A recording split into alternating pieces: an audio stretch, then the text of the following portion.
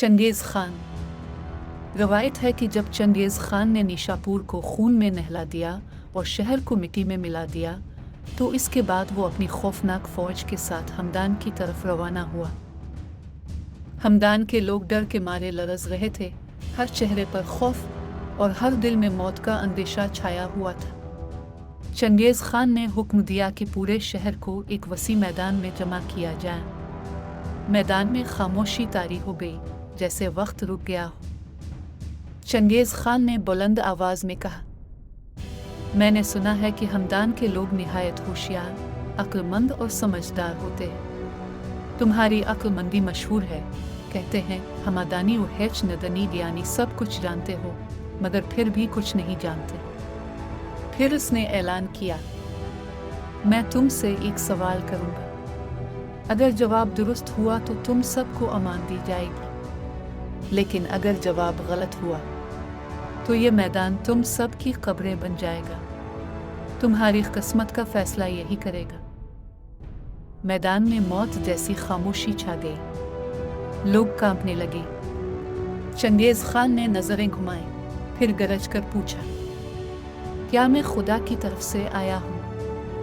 अपनी मर्जी से?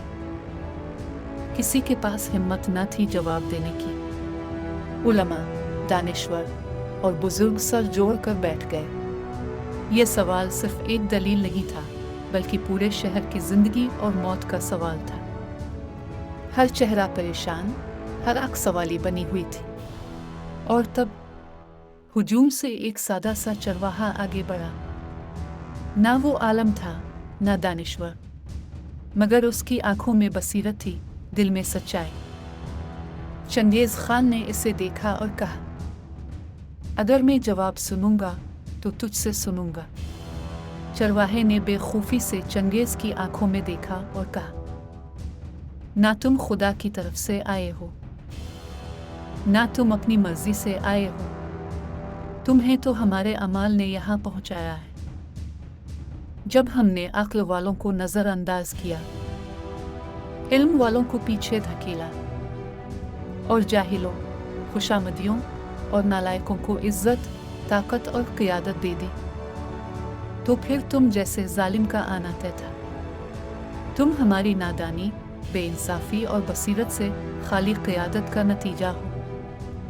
मैदान में गहरी खामोशी छा गई। चंगेज़ खान साकित हो गया। शायद ये सच्चाई इसके दिल तक उतर गई थी। और फिर इसने सब को छोड़ दिया, किसी का खून न बहाया।